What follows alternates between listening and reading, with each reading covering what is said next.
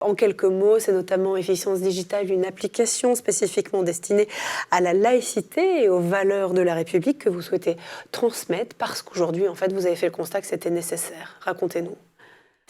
Alors, en quelques mots, Efficience Digitale est une agence de communication digitale qui travaille classiquement pour un certain nombre de clients, dont notamment en fait, la Mutuelle Générale de l'Éducation Nationale, la MGEN.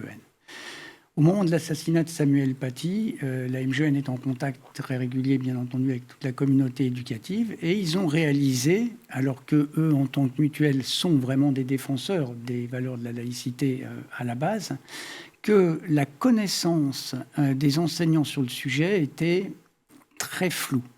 En fait, en réalité, ils ne savaient plus exactement de quoi il s'agissait, de quoi on parlait. Et puis, ils avaient une très forte appréhension à aborder le sujet, je dirais, là où il était le plus important de l'aborder. C'est-à-dire, plus les conditions, finalement, scolaires étaient difficiles, avec des élèves marginalisés, avec de la radicalisation religieuse, avec toutes ces choses-là, c'est dans ces endroits qu'il aurait fallu pouvoir aborder le sujet, et les enseignants étaient démunis, d'une part par la crainte de l'environnement, la crainte d'aborder le sujet, et d'autre part par le manque de ressources.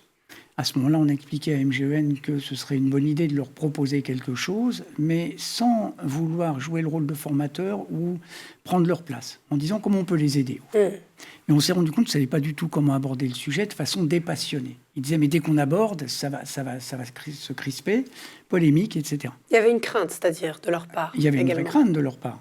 Encore une compréhensible, tout à fait, par rapport à ce qui s'est passé. Absolument. Et puis par rapport à ce qui s'est passé, tout simplement. Enfin, d'autant plus à ce moment-là. Donc il y avait une sorte de traumatisme. Surtout, n'en parlons pas. Et moins on en parle, mieux on se porte.